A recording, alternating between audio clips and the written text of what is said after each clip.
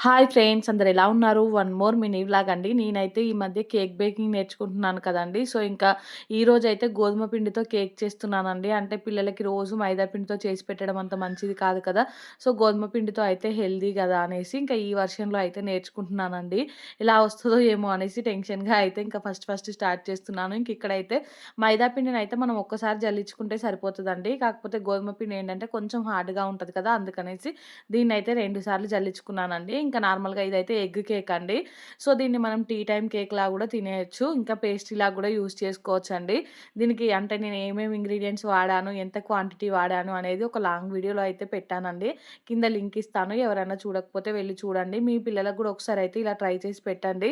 So, వాళ్ళు snacks అడిగినప్పుడు, ఇంకేదైనా బయట బేకరీలో ఐటెమ్స్ అడిగినప్పుడు మీరు ఇంట్లోనే ఇలా చేసి పెడితే వాళ్ళైతే చాలా ఇష్టంగా తింటారు. ఇంకా హెల్త్‌కి కూడా మంచిది కదండీ! బయట వాళ్ళన్నీ ప్రిజర్వేటివ్స్ అవి ఇవి వాడుతున్నారు కదా!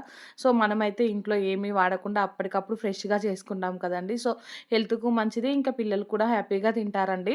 ఇంకిక్కడైతే చూసారు కదా! బ్యాటర్ మొత్తం కలుపుకొని ఇంకా నార్మల్‌గా ఒక టిఫిన్ బాక్స్‌లోకైతే వేసుకుంటున్నానండి. కుక్కర్ అయితే ఆల్రెడీ నేను ప్రీహీట్‌కి పెట్టానండి.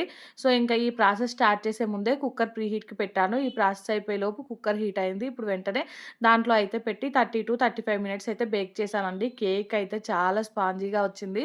టేస్ట్ కూడా సూపర్‌గా ఉందండి. చిన్నప్పుడు మనం రూ. 1 కేక్స్ తినేది చూసారా? సేమ్ అలానే ఉందండి. మా పిల్లలకు గూడా చాలా నచ్చింది. మీరు గూడా ఒకసారి ట్రై చేయండి. వీడియో నచ్చితే లైక్, షేర్ అండ్ సబ్స్క్రైబ్.